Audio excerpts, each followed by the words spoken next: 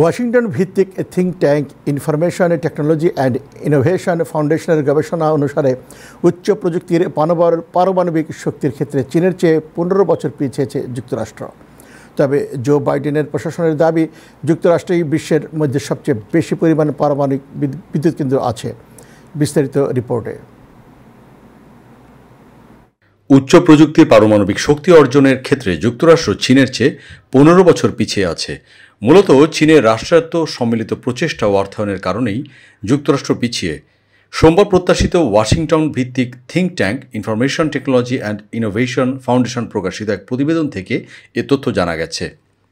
প্রতিবেদনে বলা হয়েছে, চীনের 27টি পারমাণবিক চুল্লি নির্মাণাধীন রয়েছে, যেগুলোর গড় নির্মাণকাল প্রায় 7 বছর। অন্যান্য দেশের তুলনায় এটি অনেক দ্রুত। প্রতিবেদনে আরও বলা হয়েছে, সময়ের সঙ্গে সঙ্গে চীনে আরও আধুনিক পারমাণবিক বিদ্যুৎ কেন্দ্রের দ্রুত নির্মাণ, উল্লেখযোগ্য অর্থনীতি এবং শেখার মাধ্যমে করণীয় নির্ধারণ প্রক্রিয়া চীনকে এই খাতে ক্রমবর্ধমান উদ্ভাবনী সুবিধা দেবে। যুক্তরাষ্ট্রে বিশ্বের মধ্যে সবচেয়ে বেশি পরিমাণ পারমাণবিক বিদ্যুৎ কেন্দ্র আছে এবং জো বাইডেনের প্রশাসন মনে করে জলবায়ু পরিবর্তন রোধে নির্গমন মুক্ত বিদ্যুৎ বা শক্তির উৎস খুবই গুরুত্বপূর্ণ। কিন্তু কয়েক বিলিয়ন ডলার ব্যয় নির্মিত দুটি পাওয়ার প্ল্যান্ট চালু হয়েছে জর্জিয়া অঙ্গরাজ্যে। 2023-2024 সালে চালু হওয়া এই দুটি বিদ্যুৎ কেন্দ্রের পর বাজেটের অভাবে আর কোনো পারমাণবিক বিদ্যুৎ কেন্দ্র চালু হয়নি। প্রতিবেদনে আরও বলা হয়, চীনের রাষ্ট্রীয় মালিকানাধীন ব্যাংকগুলোর সহজ শর্তে দেওয়া ঋণই দেশটির এই খাতকে এগিয়ে দিয়েছে অনেকটাই।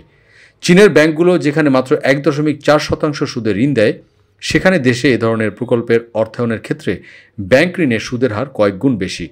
গত বছরের ডিসেম্বরে চীন সিদাও উপসাগরের উপকূলের বিশ্বে প্রথম চতুর্থ প্রজন্মের গ্যাস কুল্ড পারমাণবিক চুল্লি স্থাপন করে।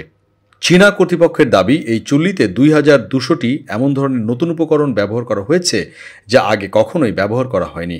এছাড়া এই চুল্লির 93.4% যন্ত্রাংশ বা অন্যান্য উপকরণ এসেছে চীন থেকেই, বাইরে থেকে আমদানি করা হয়নি বললেই চলে।